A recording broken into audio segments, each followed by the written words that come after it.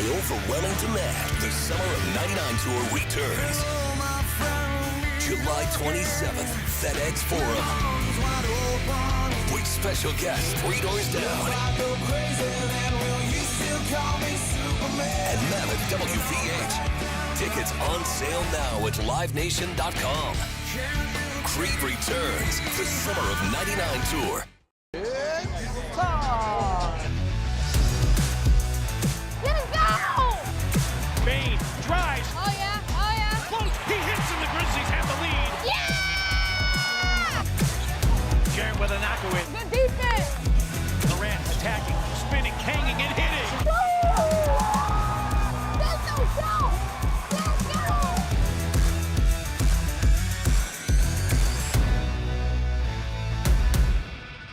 The Millennium Tour 2025 with Trey Songz, Hustle Marion, with Bow Wow, with special guest Rick Ross, along with Plies, Boosie, the Yin Yang Twins, and RSVP, featuring Ray J, Sammy, Bobby V, and Pleasure P, and Nivea. Sunday, April 6th in FedEx Forum. Tickets on sale at Ticketmaster and BPCtickets.com. Sonic Radio. Welcome back to Sonic RNDIO. That spells radio with me, the CIO. This just in, the new Sonic $1.99 menu lets you build a crave-worthy meal for just $1.99 an item, whether that's a creamy shake, crispy tots, or a quarter-pound double cheeseburger. This just out. Ostriches. They're mean, not very cute, and in my opinion, way too big for a bird. Don't miss the Sonic Fun 99 menu. 5 items, always $1.99. Live free, eat Sonic. Tax not included. See menu for details.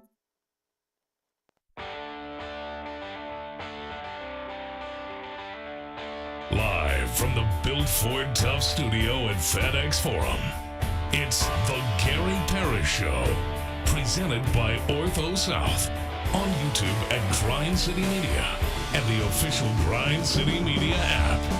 Now, here's your host, Gary Parrish.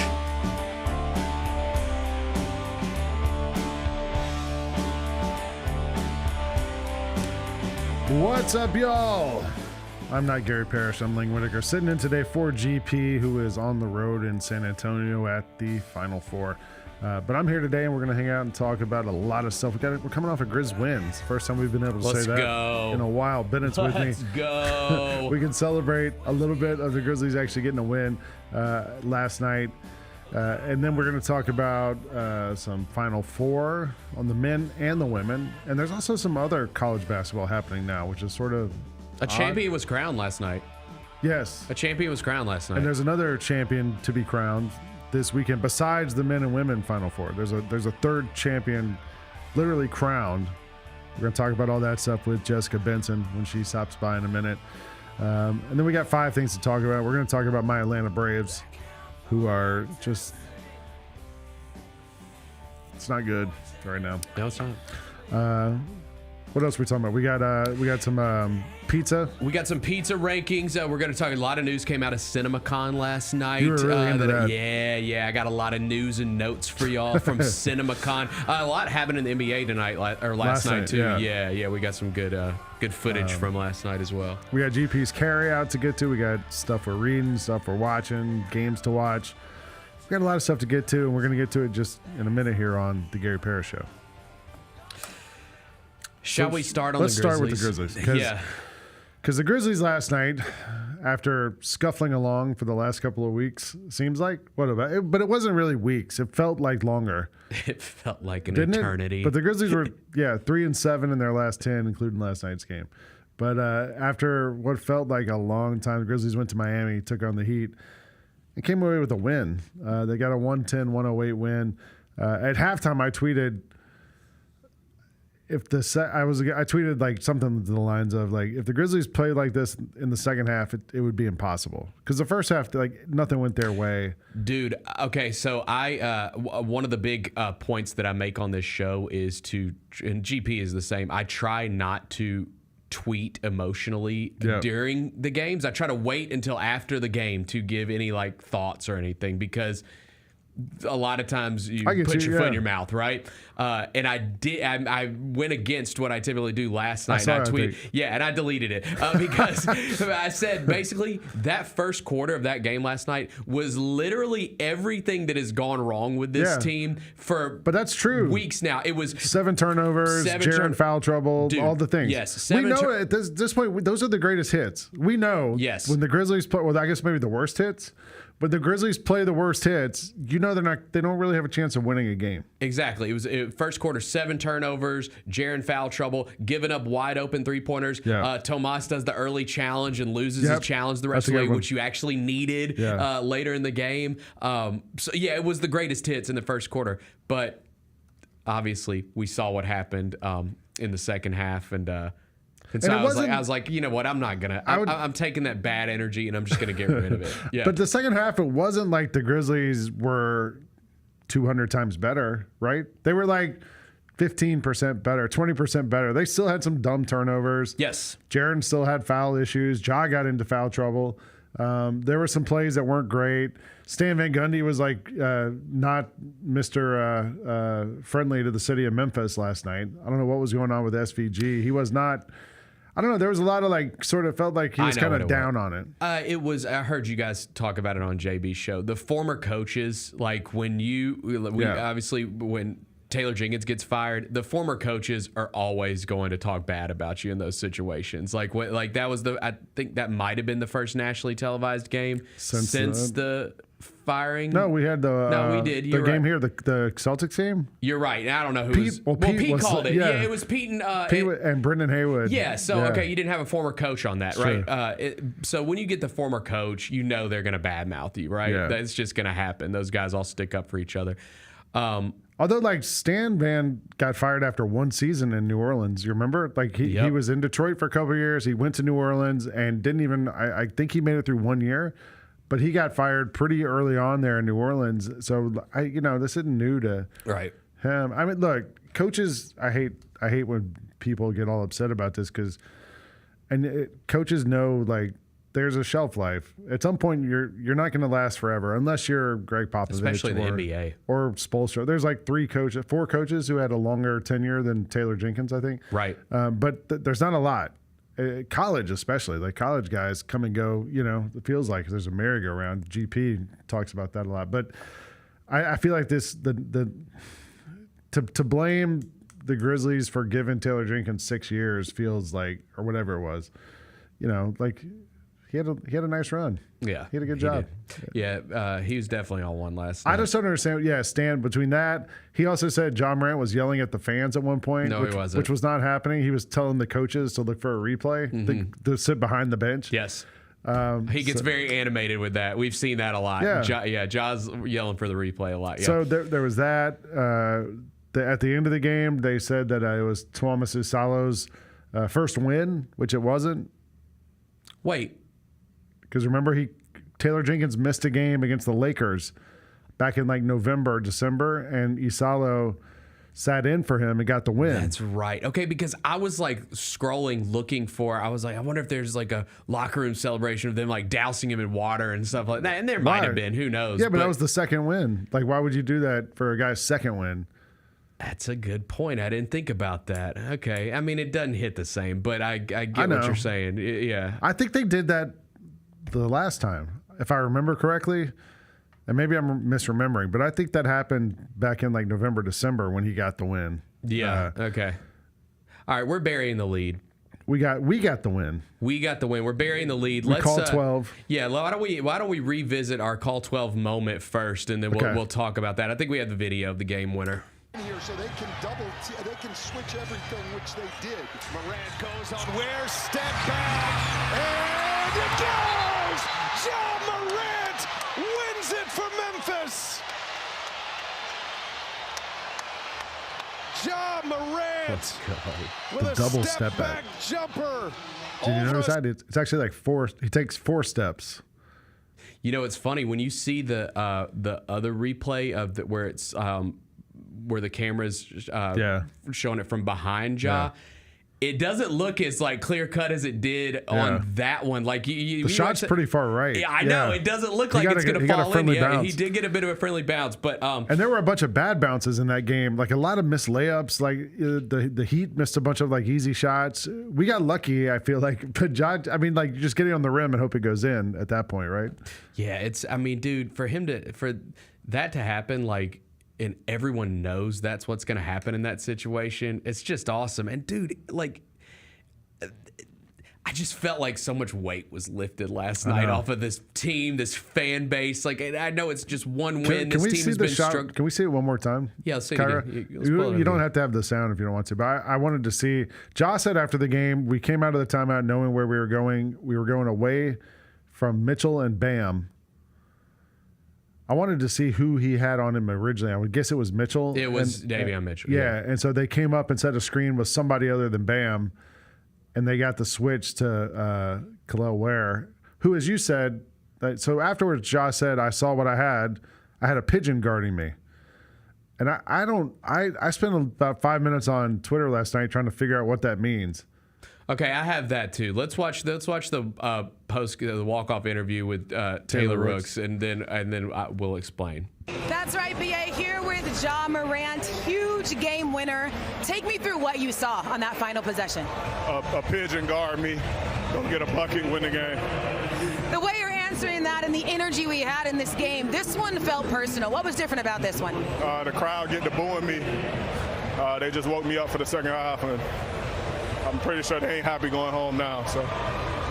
You told me today that you want to get back to playing free. You had a huge second half, 30 points. How free did you feel tonight? I felt good. Felt pretty good. I got it rolling. My teammates encouraged me to, shoot more in the second half. I caught a little rhythm, foul trouble, kind of, paused that for a little moment. But I'm a smart player. I feel like I can be out there in foul trouble and still be disciplined and, get stops. And then offense, that's just natural. That just come to me. So. And after, of course, a bit of an up and down week, just how big is a win like this as you all head to the postseason? It feels good. Definitely feels good to get back in the win column. I know everybody excited. It's what we needed. We just got to keep it rolling. We're going to a tough, hard-playing team in Detroit, similar to tonight's team, and we got to be ready for a battle. Another game that ends in a gritty. Thanks so much, Josh. Sure. Did you see who was standing behind T. Morant, by the way? No. It was Bella Danger. She's a famous actress. Yes. She's never heard of her. Famous actress. Yeah. That's I think actress. That's fine. You can never call heard her of her. Okay. Anyways, that's who that was in the front row there. But so what's a pigeon? Okay. So what I took it as is, and Kyra was saying something about ear trying to explain, but what I took it as is a pigeon is like a slow bird. Like, think about it. When you like run up on a bird, like if from me to you, like if there's a bird right there, if I go running towards that bird's gonna fly away before I get close to it. A pigeon, when you get close to it, kind of does a little like trot thing a little bit, and it doesn't fly away until like the last second when you're like about to grab that thing. Like I think a pigeon is a slow bird. Did John right? Morant make this up? Like is this some slang I don't know about? What is it? Kyra says it's a thing. Kyra says it's a sucker, someone who's easily fooled. But is it like, what song is this from, or what is meme is this from? It's just a thing. It's just a thing. Okay. I do know when I lived in New York City. I lived in New York City. I thought my explanation was not that bad. It's pretty. You're right. I did okay. Yeah, you're right. But when I lived in New York, there were pigeons all over the freaking place. Rats with wings, as they were known.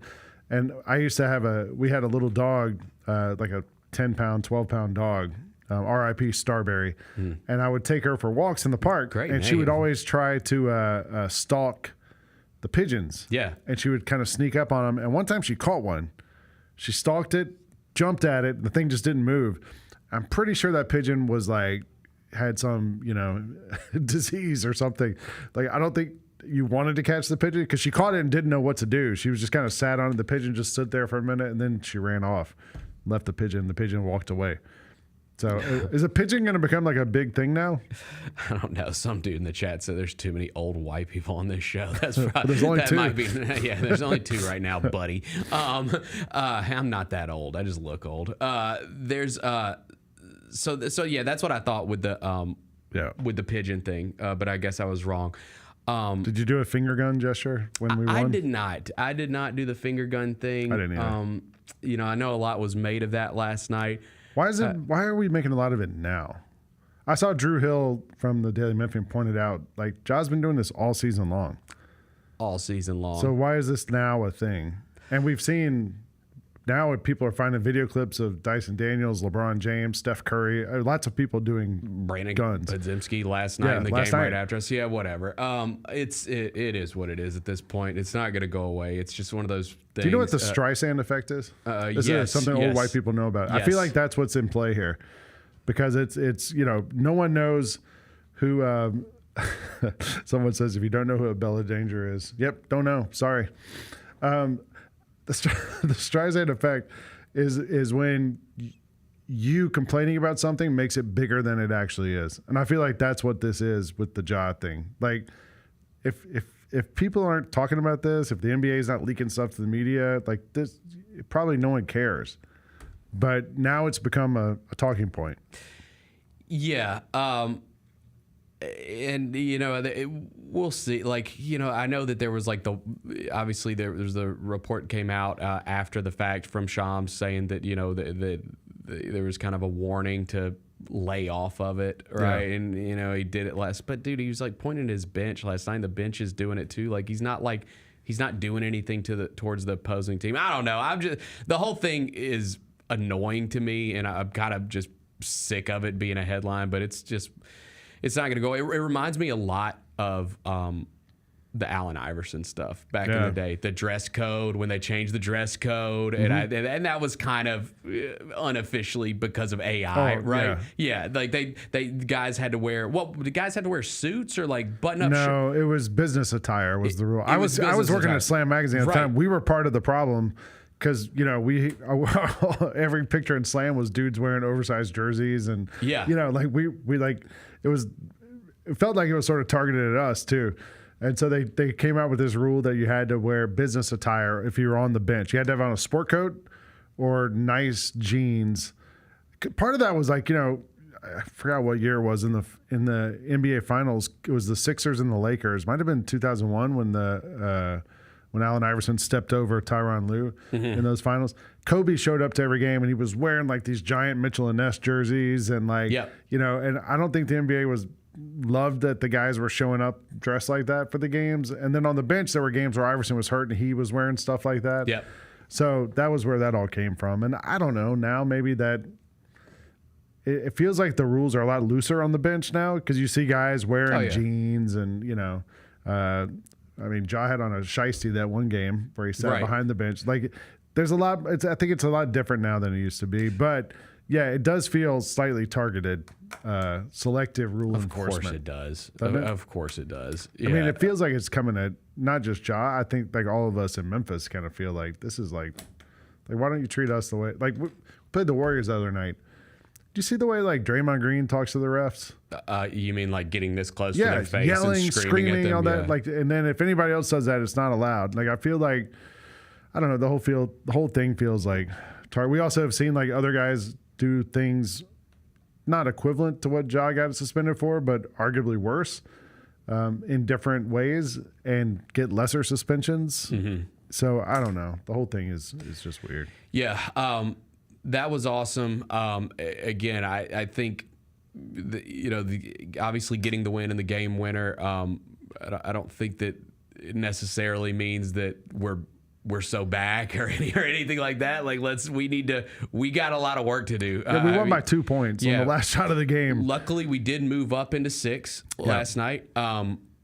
I believe the Clippers can tie us tonight. Yeah, we're all kind of confused with that. Yeah, the Clippers play tonight. The Timberwolves they won last night. I know beat that the Nets. If the Grizzlies, Clippers, and Timberwolves are all tied, which was how it was the other day, we were the third of those 3 teams. Okay. Based on that was how it was the other day, because head-to-head is the first thing. And if it's more than 2 teams, it gets thrown out. And then you go to, I think it's conference record in the Western Conference. And the other day, those 3 teams were tied, and it went Clippers, T-Wolves, Grizzlies. Yep. Although now we're ahead of the T-Wolves because they lost last night. But they won. They beat the Oh, Nets. they won, yeah. So I don't know. And then the Warriors and the Lakers. I guess it's head-to-head right now. It's us and the T-Wolves head-to-head, and we have the head-to-head because we only played them. And we play them next week. Yeah, we play them next week. Yeah, and then the Lakers and the Warriors both play again tonight in the second night of a back-to-back. And the Nuggets. So yeah, you a lot can shake out tonight in the West, but it's going to change every day. It's going to change for the every next day. 2 weeks. Yeah, you gotta string some wins together. Again, I've been saying I thought they needed to go 4-3 in the month of February to avoid the play-in, and that's still they can still do it. That job buzzer beater, by the way, he has the most game winners in the NBA since 2023, and this one was even crazier. Ja has more game-winning buzzer beaters than 98.8% of all players in NBA history. That's crazy. I saw that and I was like, that can't be real. But apparently, where'd you see that? It was like one of the Stats Muse or something like that. Yeah, it was real. It's real. One of those pigeon sites. Yeah, one of the pigeon sites. Yeah. By the way, him calling, I guess he's calling Khalil Ware a pigeon. Yeah. Yes, because that's who was guarding him. You know what I thought? I thought that was for Zach Edey. Because you've been hearing the rumblings because Khalil Ware's been playing good in Miami, and he was obviously the 3rd center in that draft. It was like Klingon, Edey, Khalil Ware. Khalil Ware's arms were too short, though. That was why everybody stayed away, remember? Right, yeah. Right. But lately, you'd been hearing kind of, Khalil Ware's better than Zach Edey. Like, is he? And obviously, Zach's been playing really good lately. I just wonder if that was maybe a little bit for his boy, you know? Yeah, because Ja and Zach Edey have seemed to have like a good partnership there. Yes. Also, shout out Yuki, another one of Ja's guys, because the vibes are high again with Yuki on the bench. You notice Yuki was doing the call 12 before the shot went through the rim. Love it. On the bench. When Ja got in the foul trouble and he turned and asked for a replay, he sat on the bench next to Yuki, I noticed. He went over, sat with this guy. I think Yuki helps keep things good and happy on the bench, and maybe we get a little run in us down the stretch here. All right, you want to take a break and get to JB? Let's bring in JB and we're going to take a break. It. We're going to bring in Jessica Benson. We'll talk a little more Grizzlies, and then we'll go to the Final Four and talk about what's happening there. You're watching the Gary Parrish Show here on Grind City Media.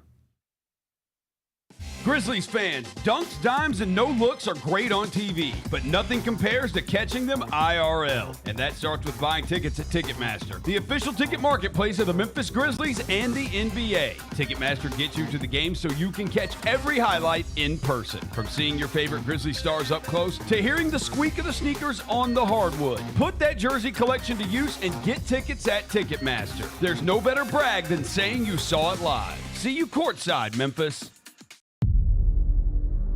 Can't wait. It's time to get it popping. It's going to be crazy. The fans are going to be loud. We need just energy. We're going to need, the form rocking. We're going to need, everybody in Memphis to be out there to come to support. When the fans are good, we're good. Simple as that. A Bane 3. Yes, sir! Desmond Bane with ice water in his veins. We'll ride the energy together. Grammy, Academy, and Golden Globe Award-winning superstar Mary J. Blige, live in Memphis. The For My Fans Tour, live at FedEx Forum Saturday, April 19th, with special guests Neo and Mario. Get tickets now at livenation.com. The iconic Mary J. Blige for one night only. There's no substitute for experience, the knowledge gained from having been there before, and the passion to share what you know to make everyone around you better. It's true in basketball. It's true in banking. Grizzlies Checking from Pinnacle. Play hard. Bank easy. Open a Grizzlies checking account with at least $100 and a recurring direct deposit by August 31st, and you could receive a $200 direct deposit bonus into your account. Details at grizzliesbanking.com. Member FDIC. Thanks for showing up, Memphis. Nothing beats catching your Grizzlies IRL, and nobody knows that better than you. So next time you want to hit up a game, Ticketmaster's got your back with tickets to every upcoming matchup. Whether you're catching the Grizzlies at home or on the road, you'll find tickets at Ticketmaster, the official ticket marketplace of the Memphis Grizzlies and the NBA. Keep putting that jersey collection to use and get Grizzlies tickets today. There's no better brag than saying you saw it live. See you courtside again soon, Memphis.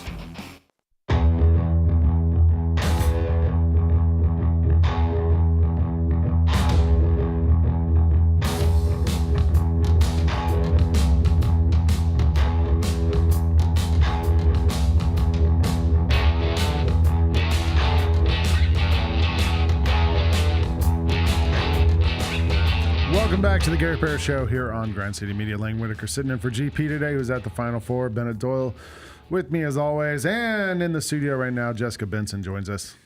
Good morning. Hi again. We were all basking in the glow of the Grizzlies getting a win finally. We're talking in the break about how, like, if we'd had another loss. I couldn't do it. I know. No, I could not handle that. I watched the first quarter last night and I was like, oh my God, I just can't do this again. I know. I just can't. And then I always think, like, you should never, when you work for a team, or even when you're just a fan of a team, but when you're a fan of a team and you work for a team, you cannot get too high, you cannot get too low. But at that point, it's yesterday's April 3rd, today's April 4th, and it just would have felt like, what is there to hold? It's incredible how easily one win can turn from complete dejection for the rest of the season to hope is a hell of a drug. Like, there's just a little smidgen of it there, and the fact that we get that this morning on a Friday. Peace and blessings. Heading into the weekend. I was like watching that game, and I was the first half, and I was like, why are they against us? Like, why? It felt like the league was against us. Like, Jaren would catch the ball in the post, they would slap his arms. Yeah. Oh, turnover, Jaren Jackson. I was like, TNT, show us a replay. Nope, no replay. Yeah. I think he had 5 turnovers in the first half, and like more than half of those were where he just caught the ball and the Heat just grab you, you know. And I was like, we shot, I think, 2 free throws in the first half, and against like a very physical team. And I was like, what is going on? When do we get calls? When does this happen? I will say now that this whole we're becoming the enemies of the league, I do kind of like that. I do too. That it's coming back to, it's for a different reason. Like during the grit and grind era, it was like not a beautiful brand of basketball, right? So the league didn't like us then because it's just not. It's not a sexy thing to put on TV, right? Yeah. Those guys just beating up other teams, low scoring. Like, that's just, nobody wants to see that, right? Except us here in Memphis. And then the Ja Morant era, it's young, exciting, this new superstar in Memphis, and you become like the league darlings, like Oklahoma City is now. It was kind of like D-Generation X. Yeah, now it's back to like the villains of the league. We are the villains of the league. There's no doubt about that. I got in this argument with someone the other day. Ja was not always a villain. Like, he just wasn't. They were trying to say, like, this is who is always. I'm like, at Murray State, he was like the underdog. He's the underdog. Yeah, he comes in as the number 2 pick, and he goes to Memphis, and like, he's fun, and he's immediately impactful, and he's putting together some of the most fun highlights that you ever have seen. And I just think when you look back on that year where Memphis had like success that outpaced where they were supposed to be. So many people were eager to come from a place of humbling, and we do this in sports. This isn't unique to Memphis. It's just what people do. We are. We're sports fans are born to hate because it's so hard to win a championship, and so 99% of the time, like, you're unhappy. Like, your biggest goal of the season doesn't come true, and so you're looking for something to come down on. And I think when people saw that success, they're like, wow. Step, you don't deserve to have fun. You haven't worked for this level of fun. And then obviously everything, transpires, and the suspension and the incidents that happen, and people have just grasped so heavily onto that. It's hard to shake, and it's dumb. Like, I think sitting here in Memphis, it's easy to say it's dumb, but it is real. Like, there are some people out there who are like, he's not really a villain. People love him. He sells all these shoes. No, I woke up this morning. I posted on Threads last night because I'm trying to diversify my social media portfolio, just like my stock portfolio.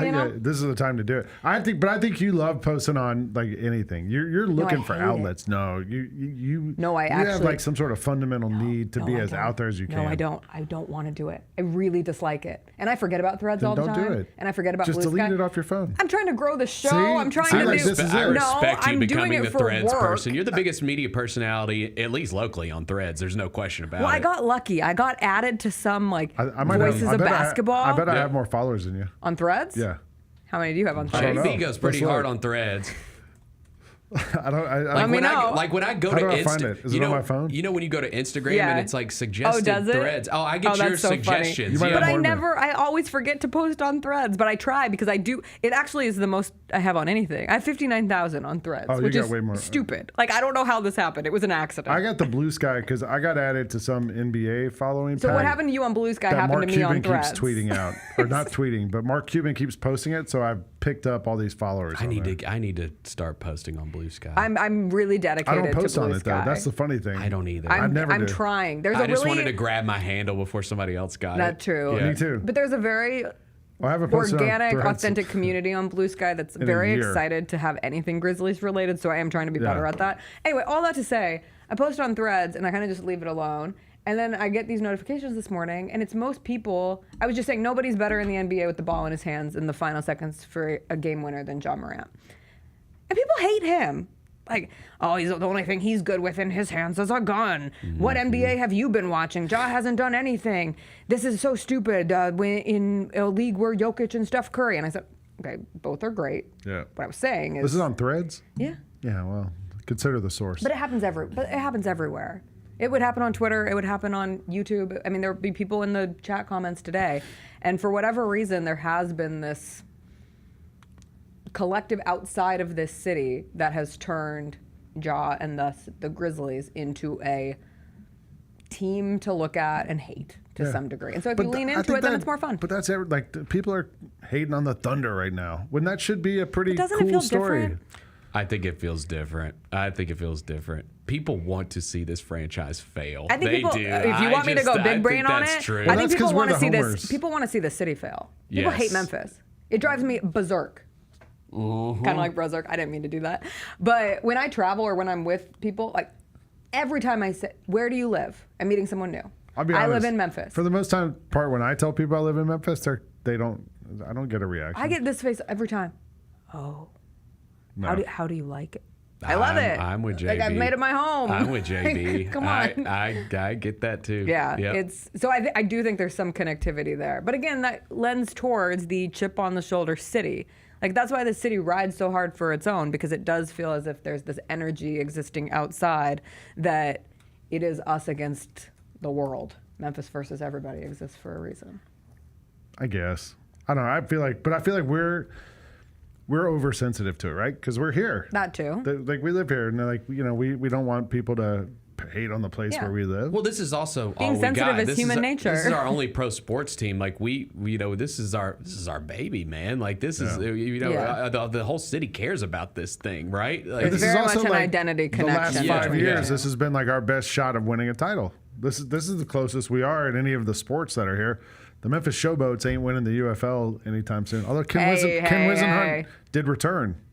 Did you notice? The head coach left. He came back. I know this week. he left. I forgot that. CJ's our UFL expert on the odds couple, and we had except I called them the Memphis Steamboats the other day for several segments. Showboats, like Memphis Tigers basketball is kind of football. They've been okay. They've been good, but they're not like championship level. And now the last couple of years, not their last year out, but the 2 years before that, Grizzlies winning 56 games. Being a top seed, even the first half of this year being a 2 seed for most of the year, like you feel like this is our best chance of getting something memorable and important, and haven't been able to do it. Yeah. So I don't know.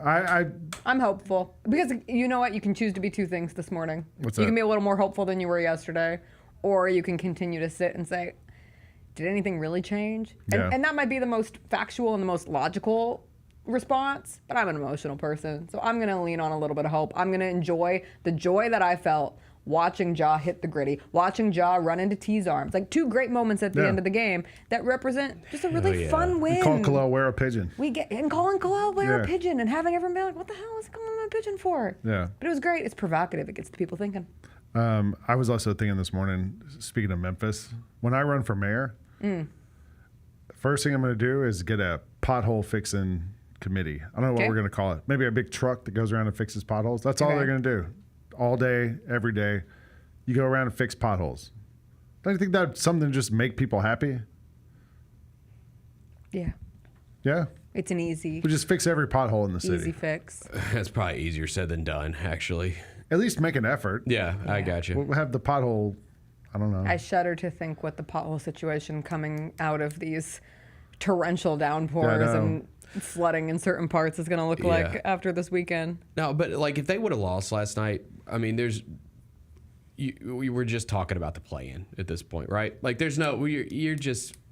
Because how many losses in a row would that have been? 5. Yeah, I mean, you're talking about the play-in. Well, and you would have been at that point because the Timberwolves, like you still would have been situated in the 8th spot. And there's no, we know I'm bad at math. This is a running bit, but I don't think there's any mathematical chance for there is none for the Grizzlies to fall to 9th.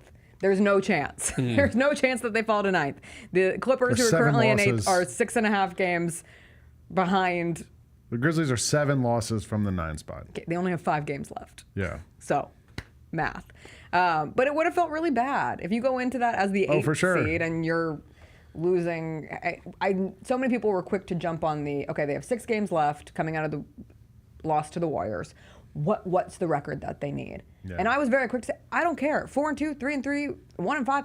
I just want them to go 1-0 tonight. And that's very coach speak of me. Well, there's actually, we're going to talk about it later, but there's a story that came out this morning in The Athletic, who is Tuomas Isalo.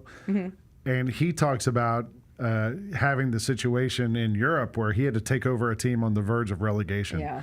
And it's very similar to the way it probably feels right now in Memphis, where everyone's desperate. He was saying like people's jobs are on the line and you're in there as the coach and all you can do is just kind of take it day by day. And I feel like he's probably pretty well suited to be the coach of this team in the moment that they're in. Yeah. Let's talk about the Final Four real quick before you leave, because the women's Final Four starts tonight. Yes. I'd actually read all these articles about how the ratings for the women's Final Four in the last couple of weeks. We're talking about the women's NCAA tournament. They're like, no, it's going to be fine. Yes, it's not like it was last year. I'm curious what the Final Four ratings are going to be. I assume that, I think they said the women's championship game last year had 18.6 million viewers. I wonder, I assume it'll be a drop off. In order to get anything even ballparky to that, UConn has to win the semifinal game tonight. Sure. Because the biggest name left. They're playing UCLA tonight. They're playing right? UCLA tonight, and I don't think a casual basketball fan would know. UCLA is the overall #1 seed. Yeah. UCLA had a National Player of the Year candidate in Lauren Betts, but casual basketball fans, and I hate that. As I'm a casual women's I basketball fan, and I didn't know UCLA was the #1 seed. Exactly. I didn't either. Yeah. And they're heavy underdogs tonight. Yes, they're 7.5 point underdogs when we left at the line earlier this morning. With that, it's hard because South Carolina has been insane. The fact that they're at their 5th straight Final Four, they've won 3 of the last 4. They haven't gone back to back, but Dawn Staley has so clearly solidified herself as a GOAT in the coaching space and what she's done with South Carolina. But most people couldn't name a single player on the South Carolina team, unless you follow them, unless you know who Joyce Edwards is, unless you know Chloe Kitts, unless you know Pow Pow. There's certainly incredible players on that team. That's how they get to this point. Yeah. But the only player left who the general population might know her name is Paige Beckers. Yes. She has 2.2 million Instagram followers. So a lot of people know who she is outside of just the sport. And so I think if you want to watch Paige, if you want to go the line of UConn being seeding-wise the underdog, but statistically the favorite in their game against UCLA, and UConn, this is their 24th Final Four in program history. Is this the year that UConn gets back on top? They have not won one since 2016. It has been a long drought. Paige was always supposed to be the player who brought them back to greatness. She goes through the injuries, but she has come back, and these last 3 games she has scored 30 plus. She had the 40 piece in their Sweet 16 game. That's what you hold on to. But it is unfortunate that it doesn't feel as if the collective has carried the momentum from last year. Juju gets hurt. That would have been your other. That would have been. Only Juju or Paige was going to get through. Because they had to play each other in the Elite 8. I saw a story this morning that Flo J. Johnson from LSU is returning. Is going to return. Yeah. Didn't the girl from Notre Dame also announce she was going to return? Yeah. I think you're starting to see. I mean, this is probably going to benefit the NCAA in the long run because it gives you more time for the NCAA to benefit off these stories and get to, for casual fans like myself, to know these players better and to kind of understand what's going on. It might be a little weird because if they switch teams, because I know one of the ways is that everybody's going in the transfer portal and going to different places. Mm-hmm. But like Haley Van Lith feels like she's been around for 8 years in college basketball. Right. But I know who she is. You know her. Yeah. Yeah, and I think that's understand a her great- story. And I think it's the same with these other players too.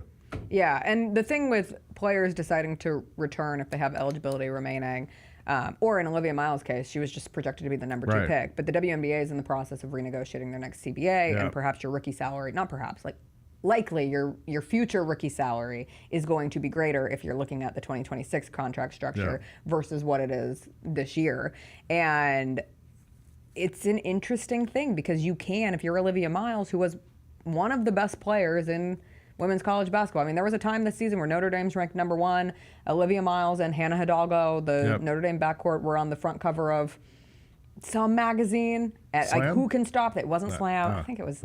Does Sports Illustrated still do covers? I was going to say that, but then that sounded weird because I know print-wise. Anyway, but most people still don't know who Olivia Miles is. She wears goggles. She's very identifiable. But this gives her an opportunity to go somewhere and perhaps be the face of that team, grow her profile, grow her NIL bank. Or stay at Notre Dame. She's not going to stay at Notre Dame. Why not? That's like a big fan base. Because she said she's going to transfer. All right. She entered the transfer portal. There's problems. There's problems at Notre Dame. Right. There's personality. I don't think she and Hannah Hidalgo are going to play on the same team again. Is what it seems like. I would also, just for what it's worth, historically, when new CBAs go into effect, at least in the NBA, the older players tend to kind of throw the younger players under the bus, right? So, like, you remember how rookies in the NBA used to get these $40, $50 million contracts, and now there's a salary scale because the older players are going to take care of themselves at the expense sometimes of the younger players. It'll be interesting to see if the WNBA has a similar thing. Yeah, I've seen that mentioned at times. Oh, really? Yeah. Also, so tonight we get Texas at South Carolina, 6 o'clock on ESPN, and then UConn UCLA is at 8:30 on ESPN. And then tomorrow, the men's Final Four tips off. We were looking at yesterday on the Odds Couple, another fine subsidiary here on Grind City Media, at some of the lines for the men's Final Four. Florida, Auburn. Auburn was favored by, I believe it was 2.5. And then Duke was favored by 5.5 over Houston. Bennett, if you were going to bet on one of those two games, which one would you take? Say the numbers again. I believe it's Florida Auburn favored over Florida by 2.5. So Auburn minus 2.5. Or Duke minus 5.5 over Houston. I would go with Auburn. Yeah. What about you, Jess? I think Houston's going to win. I love this. I don't think so. I don't either. Yeah, I think Houston's going to beat Duke. I think Duke's offense supersedes Houston's I do too. defense. Now, I will say there is the Shut 'em interesting down. age difference both in the players and in the coaching, and that could be a storyline that we have coming out of it. But Duke, it's not just Cooper Flagg. Yeah. Right? Like, those 3 other guys have really grown into... Knuppel. It's Knipple. I didn't want to say Malawach. I love saying his name. It's my favorite name of the tournament left. And Which Tyrese one? Proctor. Knipple? Knipple. Knipple's such a good name. Come on. Khan's the funnier name. I mean, yeah, it's a funny K-O-N? together. What's Khan makes it me short think of... for? I would assume Connor. Coneth? It's got to be Connor. Conathan? Like on Secession, they call Connor We Con. actually looked it up. It's just Khan. Oh, even better. K-O-N. Khan, and his middle name is the number 2. Like Roman numeral 2. Khan 2 Knuppel. How do you like that? Incredible. Learn something new every day. He's from Wisconsin. There's a whole family of Knuppels. Yeah, his mom played at did she? UW Green Bay. Okay. Yeah. I think of those games, I think Florida's going to beat Auburn. And I think Duke's going to beat Houston. And I would actually probably just take the under on Duke-Houston. The over-under is 136. Yep.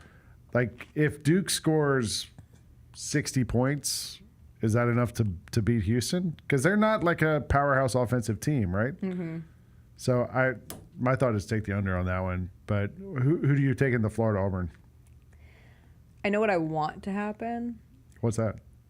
I want Todd Pettiford to go off for Auburn. All I right. think he's like the most fun highlight reel player we have left. And it's always, there's the guys that you expect to be the most outstanding player of the tournament, but it's always more fun when it's an unexpected. And for a 6th man to potentially have a case for it, I think would be great.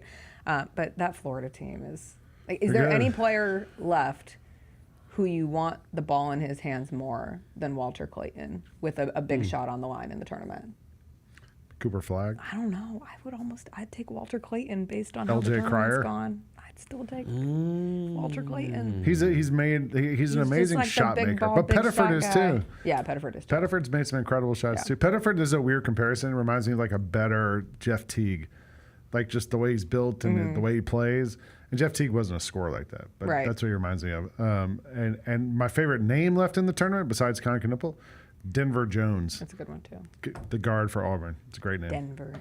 Denver Jones. I'm excited. I think it sets up a really fun Final Four. I mean, that's such a, oh wow, all the number one seeds are left. That sets up a fun Final Four, but it does. It creates the greatest competitive options that we had. Anybody watch the NIT championship last night? I saw a highlight from it, and I now cannot remember who it was. Tennessee Chattanooga was in it. Oh, was that in your next story? I forgot. This man's This unloading the entire 5 more things. We'll get to that. So Grizzlies play again tomorrow night at Detroit. And Josh said it in the walk-off interview. He's like, it's a team sort of like we played tonight.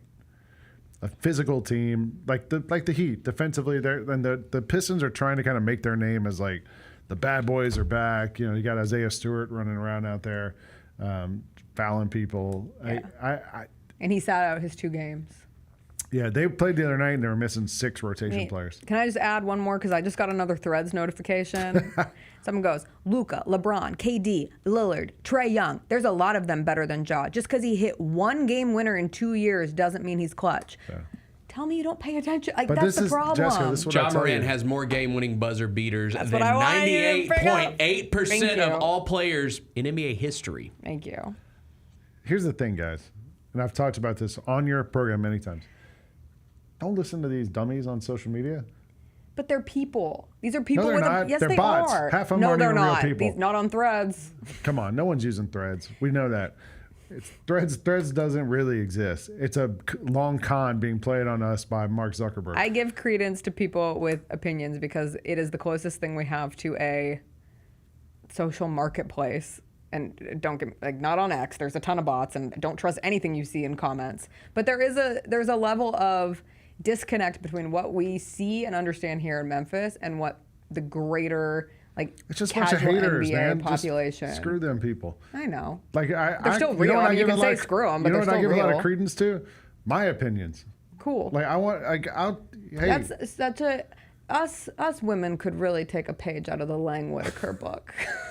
My mansplaining? I just want to have the thought process of like, you know, the only opinion that matters? Mine. That's your job. You host a show. Exactly. The Jessica Benson show. Exactly. Your opinion is what matters. Well, it matters. Yeah. But I also listen to other people. Why? Because that's how we live in a world. Well, you don't need to listen to anybody else. Oh my God. Have your opinion. Okay. Stand on on business. My opinion is that people should have other opinions. So I'm standing on business that my opinion. I'm not saying you can't have other. I'm fine with other people having opinions. Yeah, but my opinion is that you should listen. It just doesn't have to make my life different. It doesn't make my life any different. Yeah, but you're getting alerts about other people's opinions. You said, I just got a Threads alert. Well, I have a Turn notification. them off. I have them off on my phone. Yeah, it's turn only it when I'm off. on my laptop. I don't need no notifications about what other people think. Just give us your thoughts. We want to hear Jessica's thoughts. Doesn't mean it's going to change That is my life. thought. What are we doing here? Good. It's not going to change me.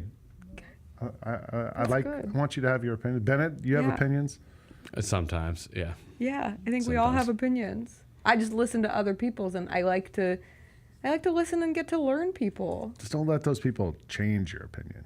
Don't let them affect you. I hope not. I think it solidifies your own opinion. Sometimes. Isn't that how sometimes a great debate is good because it allows you to have the perspective of someone or something that you weren't thinking about before. Like, for sure. But what about when someone says, you suck? That's stupid. Why would I listen to that person? It's hard not to sometimes, right? Or people are like, your haircut sucks. I don't know. Actually, I've really gotten better at not caring. Yeah, I think with out. Turning 30, there comes this very odd thing that happens specifically with women where you're able to be like, okay, well, screw that person. Yeah. So those don't really do that. That's good. Yeah. Yeah. I think just in general though, like let's forget these haters. I don't know. Just be you. You. I like stand on business. I like thinking. I like learning different approaches to arguments. I do I've too. always liked debate. I watch. It's fun. I embrace debate. Yeah. I watch all sides. I watch Fox News. I watch CNN. Oh. I watch a little bit of everything. Where were you on January? But I still have my opinions. He wasn't there. Thanks for clarifying, I was here. I was watching on TV here. All right, let's take another break. Jessica, thanks for stopping in. Grizzlies back at it again tomorrow night, and then we're back home a week from yesterday against the Timberwolves on April 10th. We're going to take another break. We're going to come back. We have 5 things to get to. You're watching the Gary Parrish Show here on Grind City Media. Grizz Nation, get set for tip-off 1 hour before every Grizzlies home game with the warm-up show. Get the latest news, notes, and analysis live from courtside at FedEx Forum. Who's going to be the tougher team that rebounds and prevents second-chance opportunities? Join me, Lang Whitaker, along with Michael Wallace, Jessica Benson, and other personalities from Grind City Media, Memphis, and around the NBA. 1 hour before every home game, live at Grind City Media on X, YouTube, and the official Grind City Media mobile app.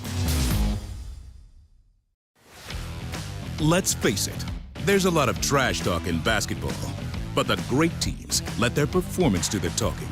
Like Ford F-150 with Pro Power on board, a class-exclusive industry-first feature that turns your truck into a mobile generator and leaves the competition speechless. Ford F-150, official truck of the Grizzlies. Greatness starts here at your Mid-South Ford dealer. Class is full-size pickups under 8,500 pounds, GVWR. Kroger shoppers and Grizz fans, one exclusive last-minute discounted ticket deals texted straight to you during the Grizzlies 2024-2025 season. Sign up with the new Kroger Buzzer Beater deal. Fans can sign up by texting Grizz to 636-479 or visit your local Kroger store in the Delta Division and scan the QR code. By signing up, you agree to receive recurring automated promotional and personalized marketing text messages from the Memphis Grizzlies. Consent is not a condition of any purchase. Message frequency varies. Message and data rates may apply. When it's all on the line, you turn to the strong, the stable, the unwavering. To those with a history of raising their performance to meet the moment. It's true in basketball. It's true in banking. Grizzlies Checking from Pinnacle. Play hard. Bank easy. Open a Grizzlies checking account with at least $100 and a recurring direct deposit by August 31st. And you could receive a $200 direct deposit bonus into your account. Details at grizzliesbanking.com. Member FDIC. Double your chances to win all month long in March with 2 big promotions. On Fridays, embrace the madness and win a share of $150,000 in cash and free play. On Saturdays, starting March 8th, go for the gold and win your share of up to $10,000 in cash and free play in the 80K Fool's Gold giveaway. Enjoy live entertainment all month long and play for your chance to win big in March only at Southland Casino Hotel. Must be 21 or up. Play responsibly. For help quitting, call 800-522-4700.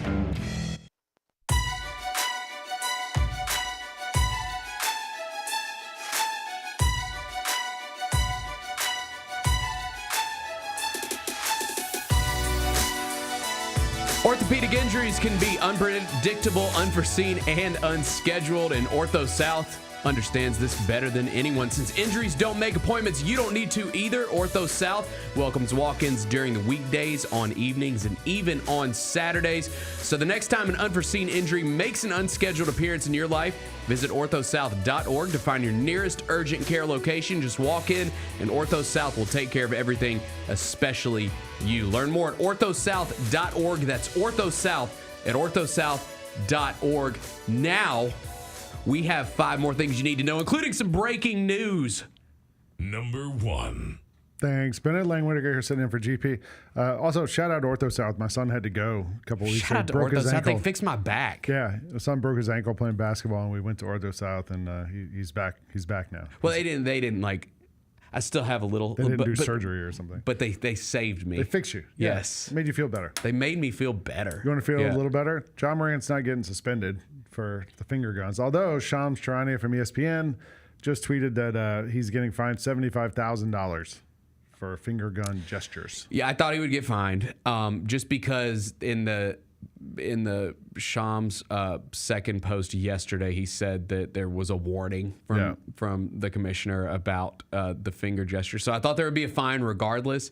I do wonder what the warning was. Like, was the warning don't do it again, don't do it again, or we'll fine you, or was the warning don't point the finger guns at the opposing team. We're talking about finger guns. We're talking about finger guns. It's so stupid. Like I feel like the Iverson practice. I can't believe this is even a thing. Like talking about finger guns. Not a gun. Finger guns. Again, man. Like how much is Brandon Pajemski going to get fined? I would like to know that because he did it last night in the game for the Warriors.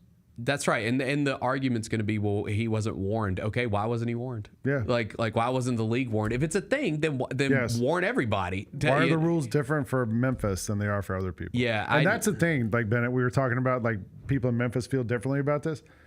It feels like not only are the rules different for Ja than they are for everyone else, it feels different for Memphis than it does for everyone else. Yeah, I mean, again, like if this is a thing and is going to be a thing, then like let's go ahead and put the rule out and ban it across the league. I don't think it should be a thing. But you know, our star point guard just got fined for doing it. So yeah, we'll see what comes out of it, man.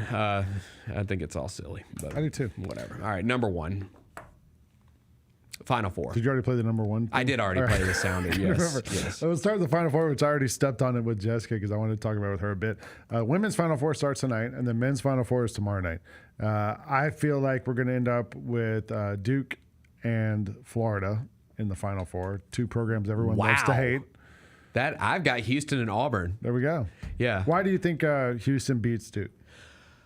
I think Duke's been killing people. I know they have. I just think that this is the year for Kelvin Sampson. Like is he going to score? Who's going to score? I got it, but like the thing is they're amazing defensively. Yeah. They have the veteran guards, which has always been a recipe for success for them. I just think eventually, like when you keep having success over and over and over again, you know, with this same formula, that eventually you're going to break through. Well, I'm a Braves fan. I can tell you it's not necessarily true.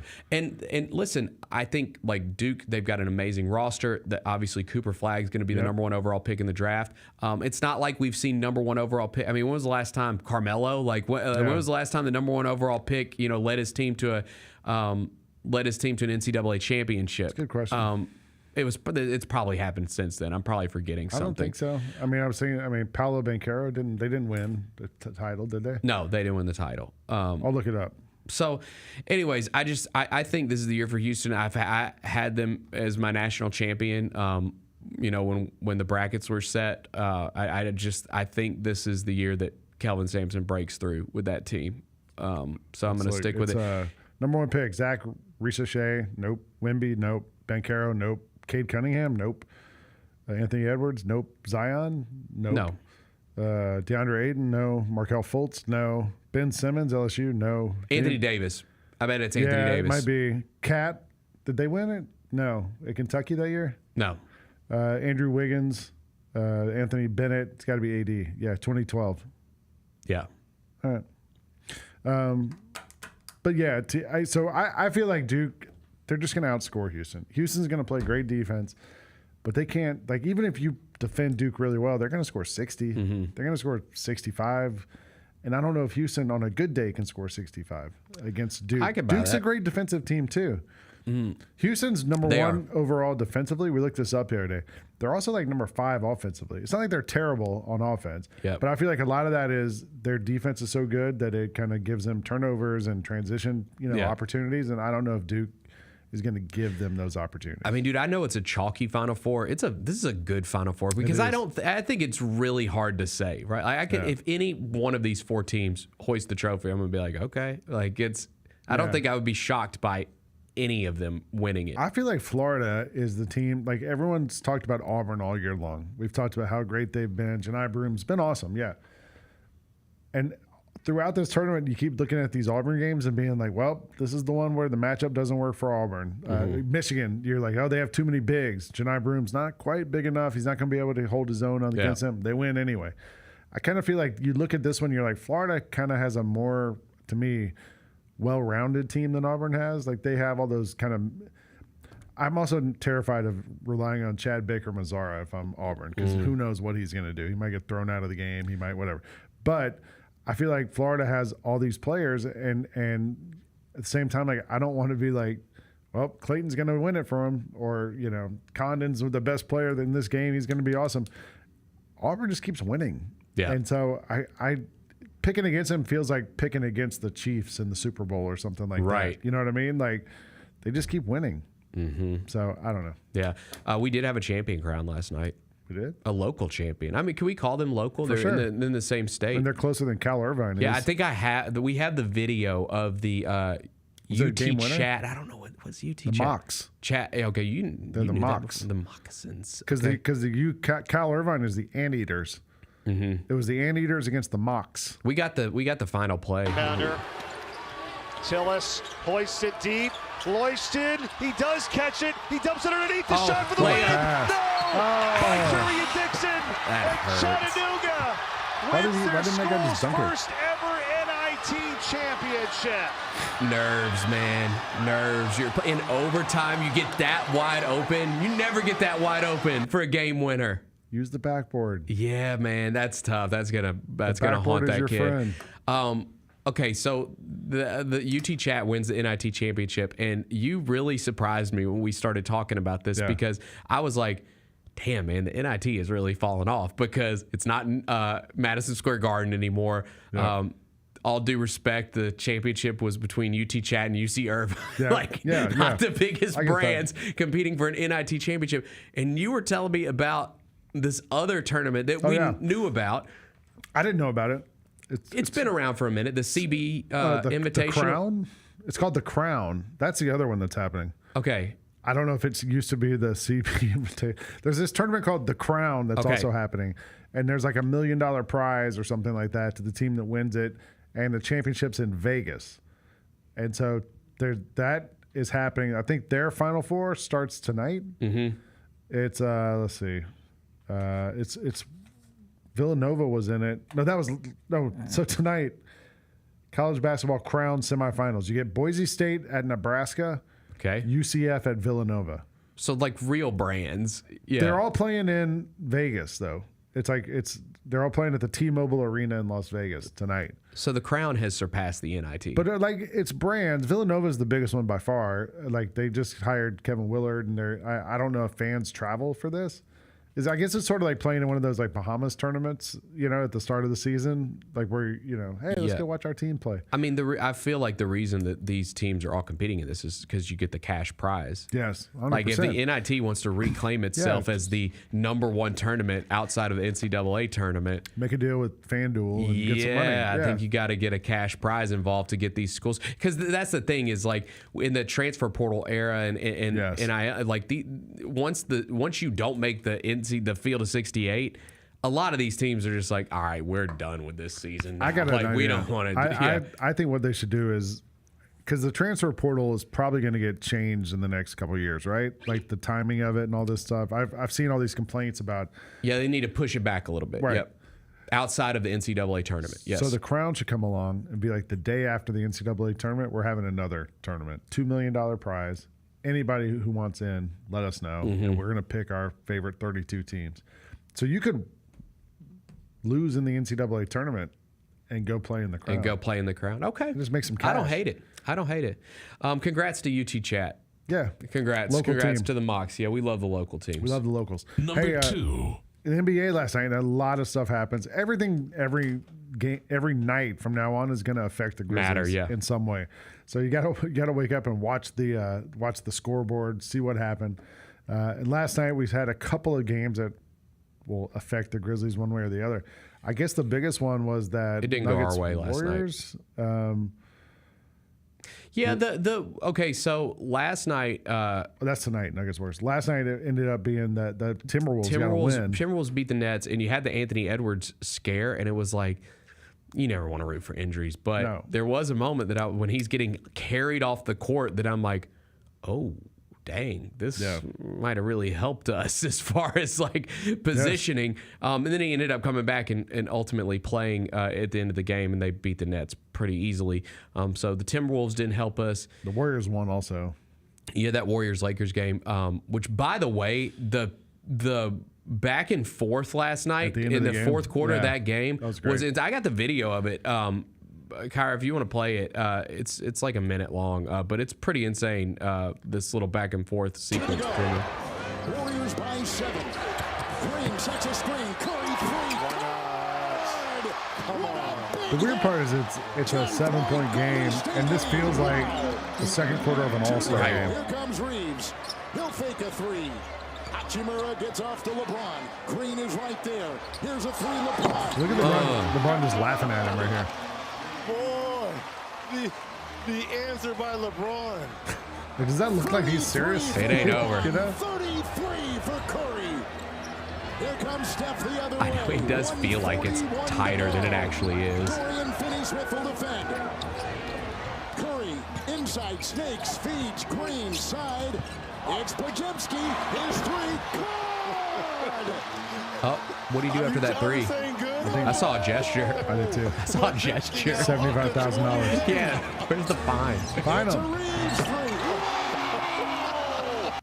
Yeah, that was awesome. A lot of yelling from Kevin Harlan. The other night when Texas Tech went to overtime against Arkansas, I was in bed trying to watch that game, and I was like dozing off. And Kevin Harlan kept yelling in overtime every time somebody made a shot, and it kept waking me up. I kept like, that'd be the worst alarm clock is a Kevin Harlan sound. So I saw people arguing it both ways as far as who we wanted to win that game last night. Like the Warriors are obviously closer to us in the standings, but I don't think it necessarily hurt that bad that that the Warriors won that game and the Lakers moved down a little bit.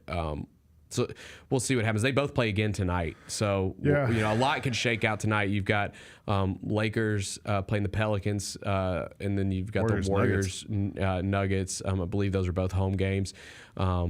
The Clippers play tonight too. They got Dallas coming to the Nuggets are favored over the Warriors tonight. Intuit Dome. Yes. Intuit Dome. Intuit Dome. Yeah. So a lot could shake out tonight. You also had Giannis had a historic night as well. I think he was the first player ever. What was it? 35, 15, and 20. 35, 17, and 20. Yeah. So you had a bunch of big stuff happening last night. You also got the announcement last night that Joel Embiid's going to get knee surgery in the offseason, which they interviewed Doc Rivers. It's not good, dude. Embiid's? Yeah. The fact that he's getting another knee surgery, like it's... I mean, he missed 2 seasons before he even played a game. Yeah. He's, It might be close to the end. I just don't know if he's going to ever be the same player. I don't know. Like, he's played injured throughout most of his whole career, life, probably. frankly. Yeah. So he can do it, but he was injured at Kansas. I don't know, man. An older player and another knee surgery. He's a big guy. Like, I'd be super nervous about that if I'm a Sixers fan. Yeah. Like for us, with the Brandon Clark thing, I think it was great news finding out that he's not having surgery. Right? Not only the fact that he's not going to miss, probably not going to miss or much of next season, but just bigs and knee surgeries, like that's scary. Yeah. Although I think it's probably less scary than it was 40 years ago, right? Like, because now we have medicine and different ways we can attack things and make it better. So I don't know. Yeah. All right. Number 3. Number 3. Yeah, this is all you, bro. ATL, man. The Braves. Well, baseball's here. That was kind of my bigger point here. Baseball's here. It's exciting. Back. Your Orioles are back. It actually has been a really exciting start to the season. Yeah, you got a lot of home runs. Yeah, the Yankees are using these Captain Caveman bats. The Dodgers are beating everybody. The Padres are beating everybody. And the Dodgers and the Padres both open against the Atlanta Braves, who have started the season 0-7 and have their first home game tonight down the road in ATL. It's the Braves are going to get better because Strider's coming back, Acuna's coming back, Sean Murphy's playing in the minors right now. Strider's got to start next week, and then he comes back. So hopefully the Braves are going to get some more players here. I thought there's all these stats. No team's ever started 0-7 and made the playoffs. Yeah. But a lot of teams have had a 7-game losing streak in the middle of the season and made the playoffs. I saw that stat today. It's like sort of this arbitrary, well, if it's at the start of the season, there's 155 games left. Like, I think they're going to be all right one way or the other. It does suck to start 0-7. The thing that really sucks as a Braves fan is we didn't really – in the offseason, we went and signed Jurickson Profar. He's suspended 80 games now for PED's test. We let AJ Minter walk. Joe Jimenez got injured. Those are our 2 best kind of setup guys. So you're missing both those guys, and the Braves didn't really go out and invest in the bullpen in the offseason in any significant way. Yesterday, they announced the Atlanta Braves bought an office park across the street from where the Braves play. That's going to give them 2,700 more parking spaces, and I don't know what else they'll do with it. But there's a lot of discontent on the social media right now from Braves fans who are like, look, we spent all this money on tickets. We went to all the restaurants. We've done everything. And Braves didn't spend money on what we hoped they would spend money on. So I think there's some frustration out there by the fans of the Braves, and rightfully so. And look, I can also say, Bennett, I'm a Braves owner. I own 31 shares of the Atlanta Braves, who are publicly traded, BATRA on the market, and that's a whole nother story of the market. But as one of the owners of the Braves, I appreciate the fiscal responsibility of Alex Anthopoulos, Braves GM. I appreciate the Braves buying real estate. It's always a good investment, I've been told. But I wish we had signed another relief pitcher. Yeah. I'm just looking at stuff related. A lot of pigeon memes out there. I see. I'm looking at like people. First off, everyone's posting pictures of like other players doing the gun gesture, like Luka. And then what did Vernon just tweeted? Something. Ja got fined more this $75K. It's a bigger fine than Draymond Green got for choking Rudy Gobert. Oh boy, yeah, okay. The goalposts keep moving. I'm fine. I'm done talking about it. Whatever. We both thought a fine was probably coming. So it is what it is. Who?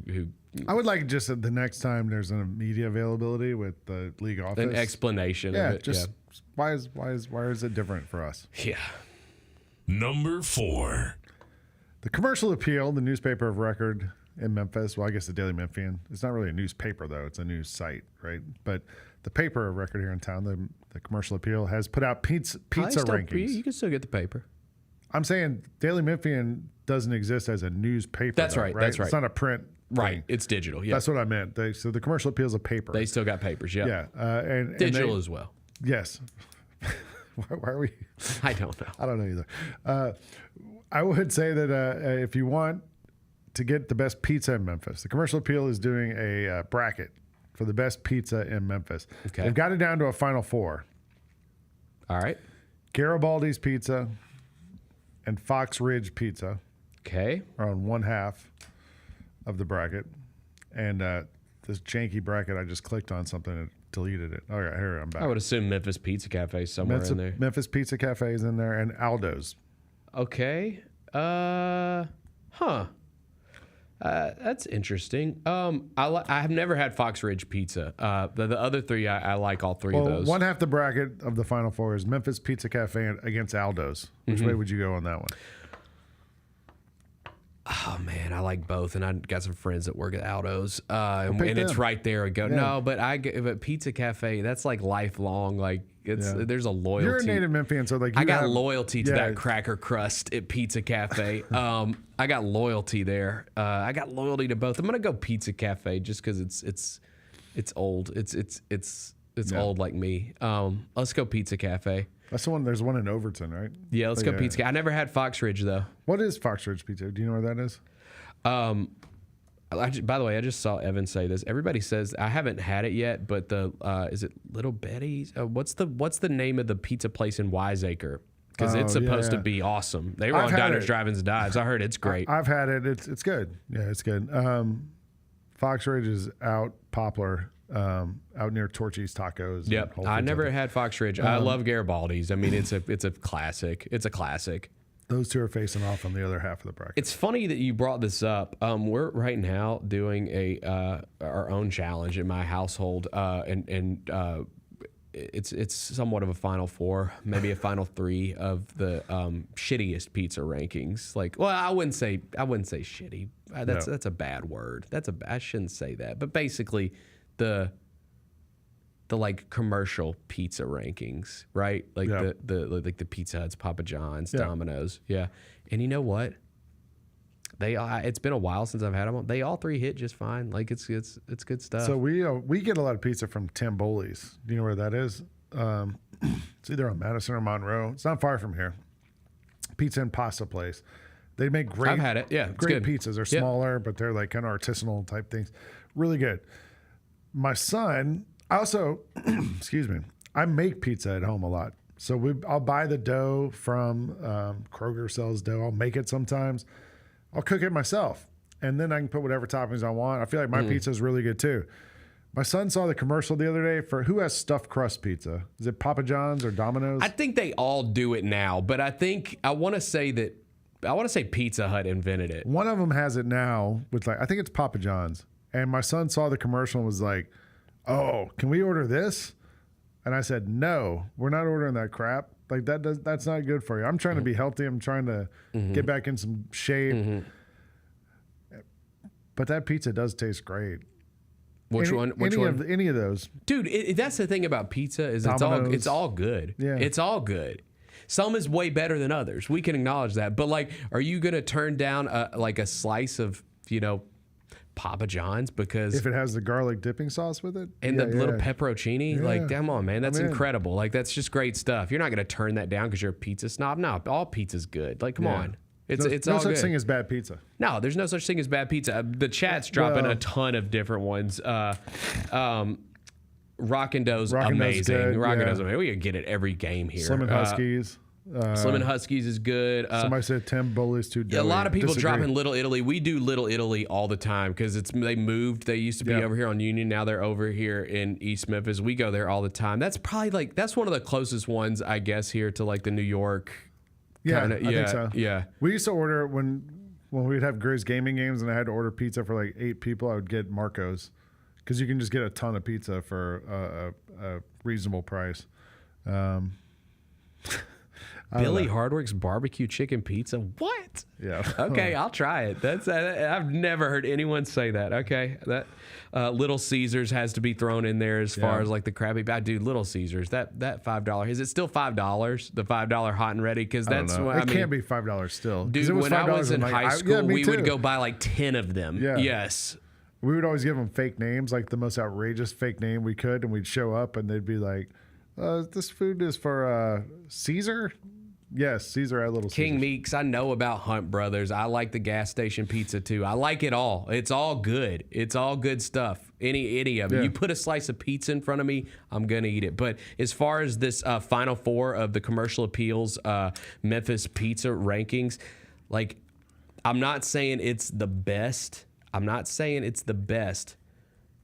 But I'm just gonna go Pizza Cafe out of loyalty. Out of loyalty. I go to Aldo's of those 4. I probably go to Aldo's the most because it's near here. Yeah. Oh, it's great. It's good too. It's so good. And I love it when they come to your table and do the with the cheese. Real cheese. More. Give me more. Yeah. Keep it going. Stuff. I'm not going to say when. Number 5. Okay.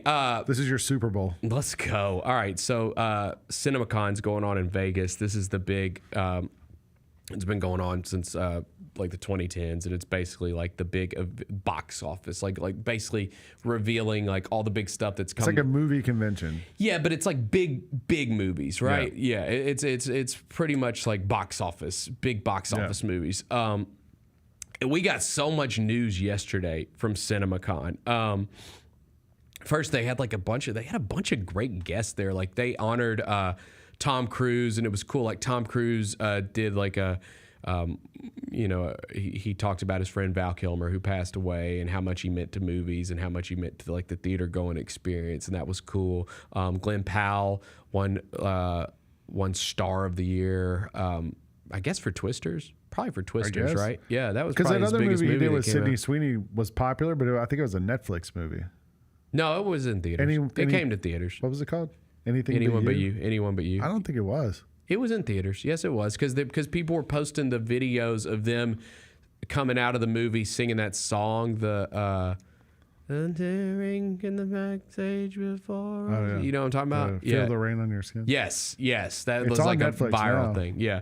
Ana de Armas was there. Lindsay Lohan. Mark Hamill got the Legacy Award, who is my favorite person in Hollywood by a mile. That movie made $220 million worldwide. Oh yeah, dude. Rom-coms go Anyone But hard, You. bro. Yes. That's you get a rom-com with 2 big stars. It don't even matter if it's good or not. Who'd you say is one of your favorite people by a mile? Mark Hamill. Oh, okay. Luke Skywalker. Yeah. Good the dude. Joker. Like him. Yeah.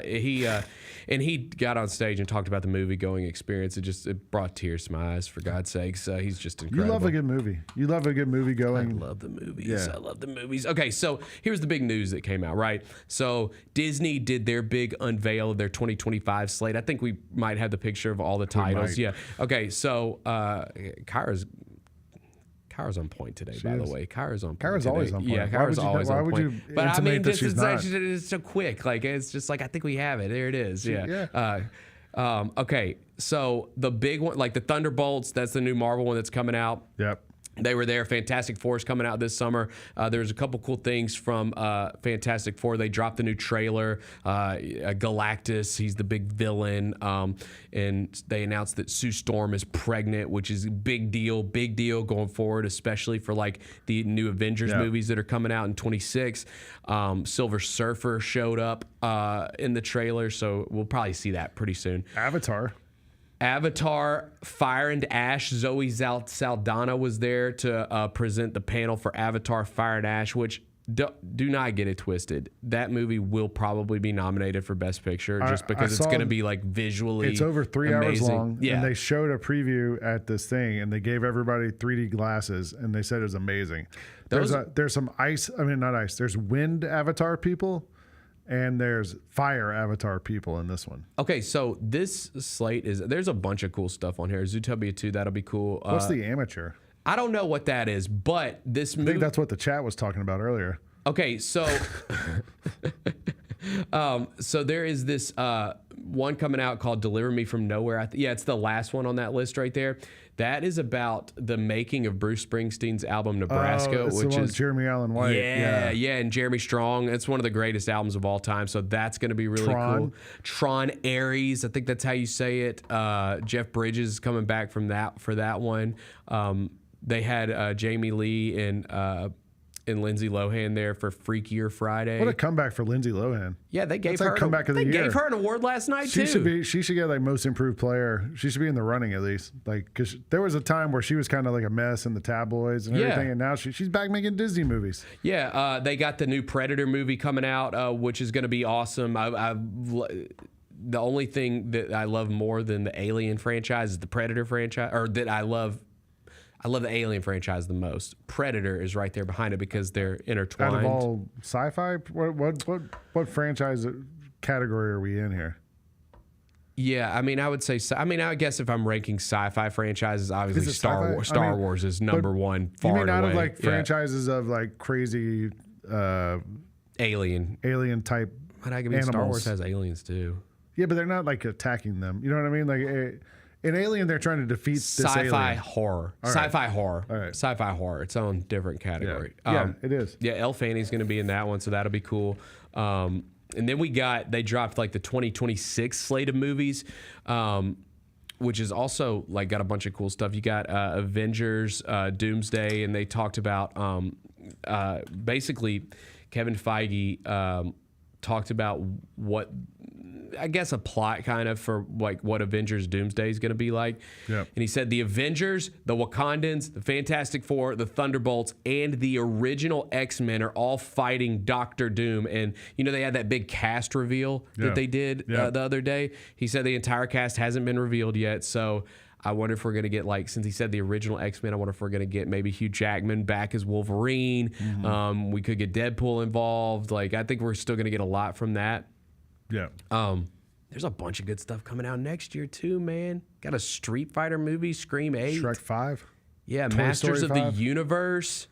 Got the Avengers movie, obviously, the Super Mario sequel. Yeah, a bunch of good stuff. Of course, there's a Fast and the Furious movie coming out. There's one every other year.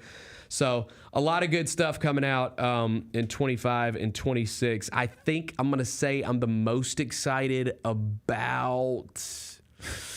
I might have to say the most excited about that Mandalorian and Grogu movie, to be quite honest with you. Yeah, I think that's cool. They're putting them on the big screen. I do too. Yeah, I might have to go there. I'm fired up for Andor, which starts in 2 weeks on Disney Plus. I'm excited about that Andor as well. Season 1 was so good. I'm excited about that as well. So yeah, a bunch of good stuff announced at CinemaCon. And they said what was the other one that they were talking about? I guess that's like the big news. Yeah. Got a new Superman trailer. That's what it was. Got a new Superman trailer yesterday too. Yeah, which I'm not the biggest Superman guy, but I'm excited about this one. I love James Gunn. I'm glad you brought this up. Batman is my favorite. Me too. Superhero. Me too. And so, well, mine's Wolverine. All right, Wolverine's my favorite. Batman's superhero. mine. And my son went to a comic book shop recently. Like I don't have when I was a kid, I was into comic books. Now I don't even know if they still make them like they used to. Whatever. My son went to with a friend to a comic book shop recently and bought like 2 old copies of Batman for me as a present, $5 each or something. I was like, great, these are cool. Last night I was like, hey, go to bed. It's time for bed. Go get in bed, read something. I'll come check on you. I went in about 30 minutes later. He was in bed reading that Batman comic book word for word, like poring over it. He had like a page left. He's like, I can't go to bed. I got to finish this. Nice. But now, and this was like Batman number 372 or whatever, and the 2 issues he bought me were like 400 issues apart. So that the story doesn't continue. But I want to get him now, like since he was so into that, I want to go get him a Batman book or comic book graphic novel. I thought about that, but I'm worried those might be too adult. I don't know. I got to figure out what to get him. Like I can't go buy him 1,000 comic books.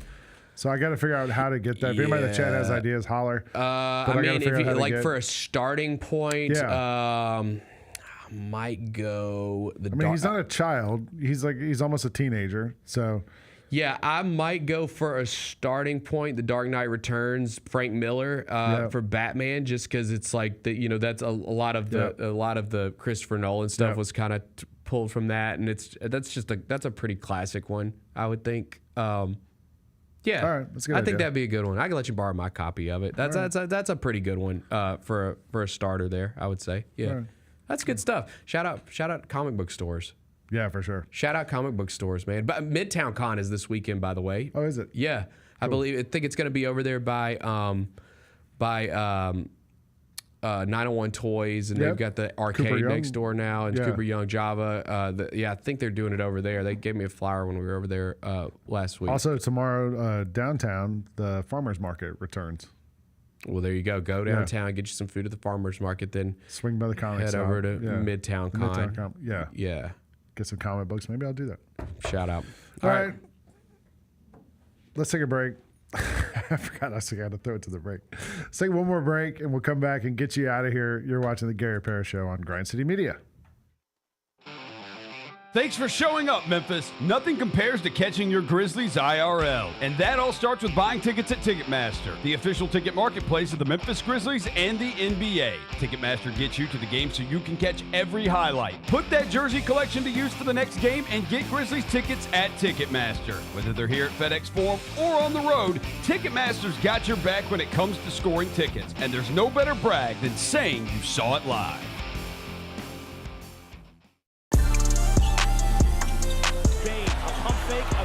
It's through for Desmond Bain.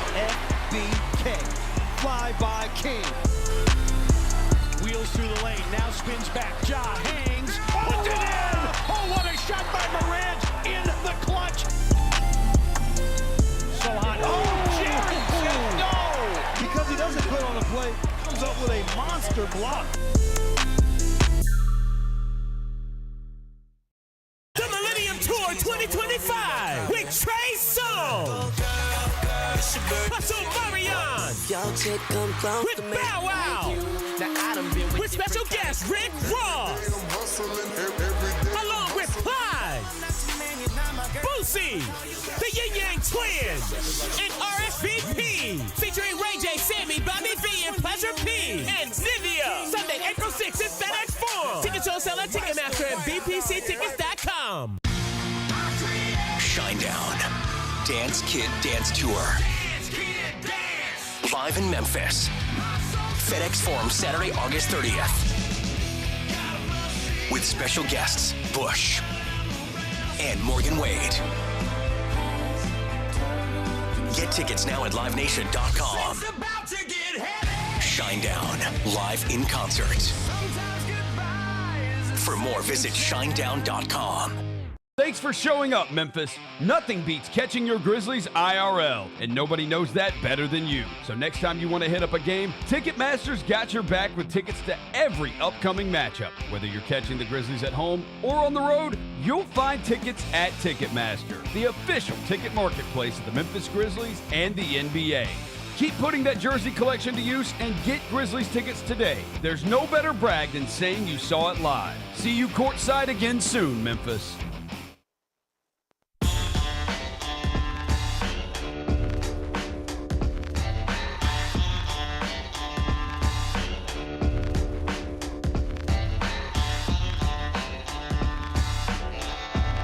Welcome back to the Gary Parrish Show here on Grind City Media. Lang Whitaker sitting in for GP. He'll be back with you on Monday after the Final Four. 2 games will be played. First 2 games. Monday night is championship night. But we're on Friday. There's a lot of stuff coming up this weekend. So let's get you to GP's carryout and figure out what we're going to do this weekend. It's time for GP's Carryout. One final segment filled with stuff to take with you. It's not everything you need to know, but it's most of it. What did we learn today? What did we learn today? The NBA hates Memphis? I think that might be what we learned today. I think that might actually be what That's something we learned. Yeah. Yeah, Josh just got fined $75,000 for doing the finger guns last night. So...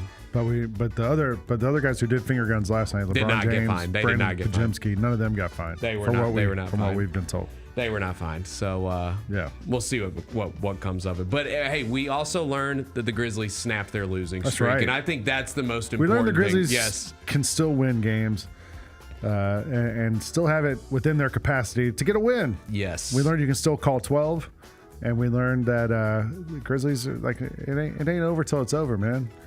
They're going to turn things around, get going again, head into the postseason on a good vibes. Let's get this going the right way. I know that it's the first win since the coaching change, but there have been some positive developments, right? Like there have been that Golden State game. There was like the second half, they looked like they were turning the corner. Yes, Boston, they had some moments in that game where they looked good, finding a rhythm, feeling like they're kind of getting somewhere. But Zach Edey is playing consistent basketball. Yeah, like you're seeing numbers from him every night, which is good. I liked his quote. He said, "The coach told me I'm allowed to go out and headhunt out there."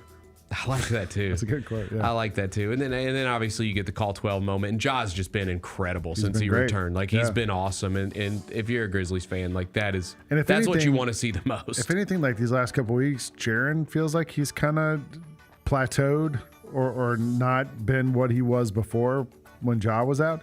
And I think once Jaren kind of finds his rhythm again too, like this thing could go up to a whole nother level. So we'll see. But I think that's some of the stuff we learned today. I'm also, dude, I'm glad that they got the win last night too, because if not, that's another thing that would have been talked about is Bam, like having a big game against Jaren last night. Although Jaren had a big game 31 against him here. That's right. So like, it is what it is. It's recency bias. It's recency bias. Yeah, no question.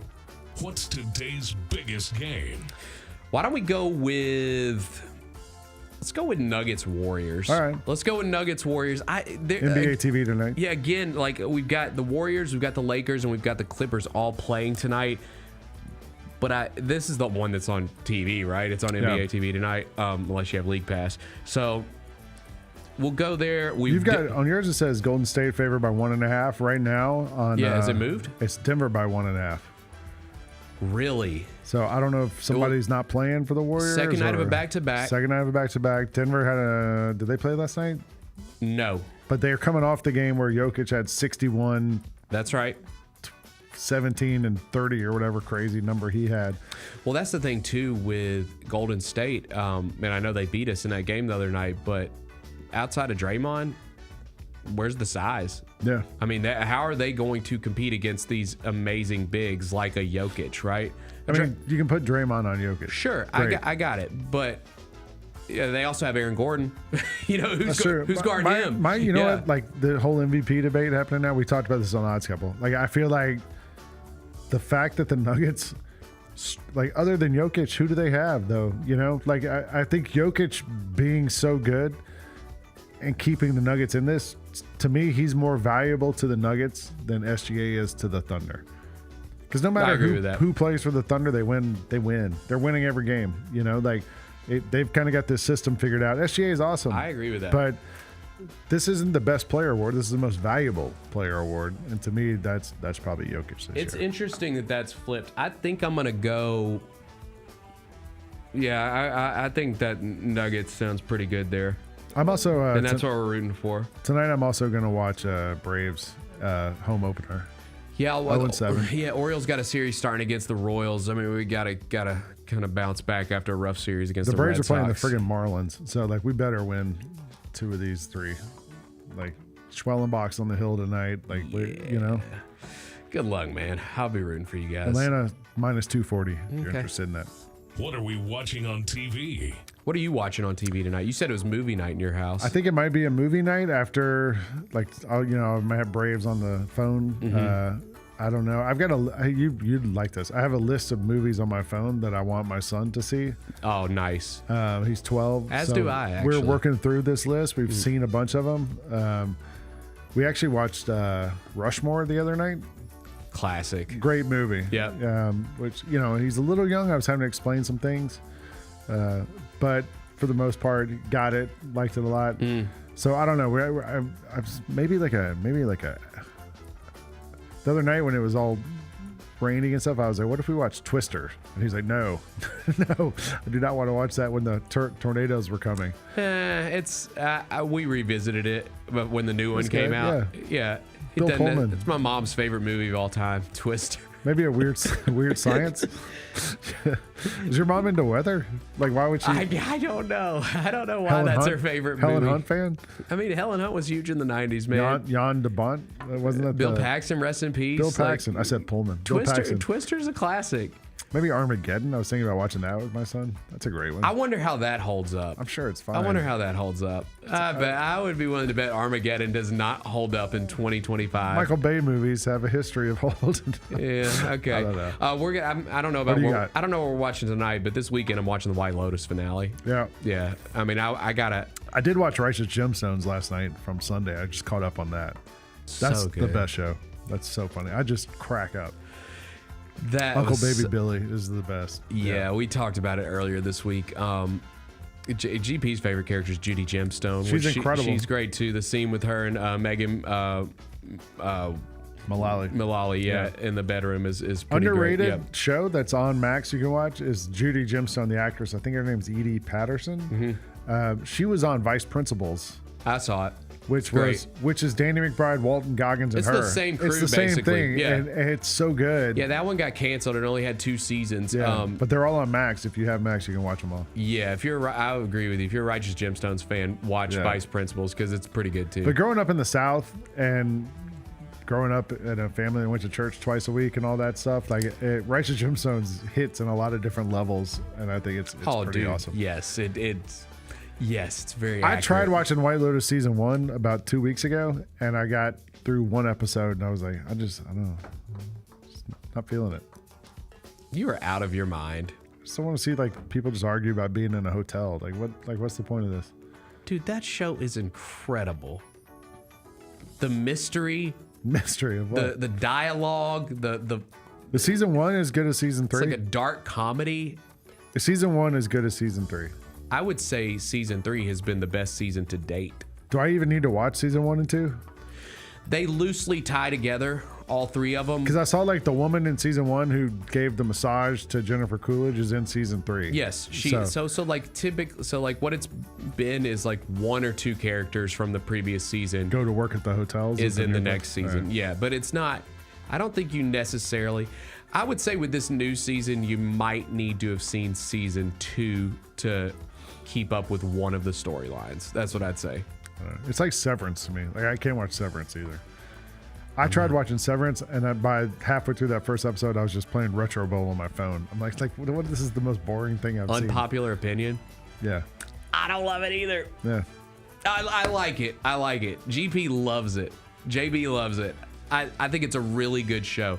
It's well done. I don't have the attention span for it. Maybe you're the same. It's not captivating me like I want. Or maybe I'm too dumb for it. Like, I don't. Yeah, I mean, I'm a dumbass. Like, fine. I'm just like, I don't understand what is happening on this thing. Like, can someone explain it? Why is this lady waking up on a table and these people work in an office, but they hate their lives are severed? I don't get it. Anyway. Yeah. All right. Okay. What's the best thing we've read? Well, I told you I read this article in The Athletic this morning. Who is the Grizzlies interim head coach trying to save their season? Meet Tuomas Isalo. And it's about his history and his past and like his coaching career in Finland. They interviewed all these people in Finland in this article and like his former coaches. I want to go to Finland. I do too. I'm thinking like, so maybe when they get back here, the other night, Tuomas was asked about his influences and he pointed out me and Slam Magazine. But he said, that guy in the back row right there, I owe a lot to him. That's pretty sick. And I was like, Fish almost dropped his drink. He was like, are you kidding me? And I was like, oh, I didn't, because he grew up reading Slam. And when I first met him, he came up to me and goes, hey, I know these stories you wrote. He named a bunch of articles I'd written. And all, like, he was really into Slam, apparently. So I'm thinking when he gets back here, maybe we need to talk to him about like a Grind City Media profile of Finland. Let's go back with him. I like that. That'd be cool. Shout out to his first real win. Yes. Last night. I want to count last night as the first win, not that one where he filled in earlier in the season. I want to count last night as the first win. I do too. Although I think that first one, they did the water bottles and stuff then. Oh, did they? I think so, because we didn't. That's see why it we didn't get a water bottle video night. last night. Okay, that makes sense. Okay, good stuff. What's on tap next week? GP's back. He's going to be back on Monday. We're going to preview the national championship game. We'll look back at the Grizzlies game at Detroit. Look ahead to Grizz Hornets on Tuesday. We got a lot. It's going to be a big weekend. There's going to be a lot to discuss coming in here on Monday, so I'm excited about it. All right. Appreciate you, man. Yeah, man. Thanks for holding it down. I'll be back next week on Odds Couple on Sneak Fest. Grizzlies are at home on Thursday night against the T-Wolves. A TNT game starts at 8:30. It's a late start for us. And we will be pre-gaming with you. Yes, and we'll do an hour pregame on the warm-up show. Saw you guys have moved to the big studio. Yeah, moving on up in the world. Well, we split it. We were in the studio. We had Fish on the court, and we were able to kind of like do multiple things. So we're going to keep trying to do that. So it's good stuff. All right. Well, I appreciate y'all hanging out with us. Bennett, Kyra, I appreciate you guys too. And have a good weekend, everybody. Go have fun. Stay safe if the weather's bad in your area. But see you next week. You've been watching The Gary Parrish Show on Grind City Media.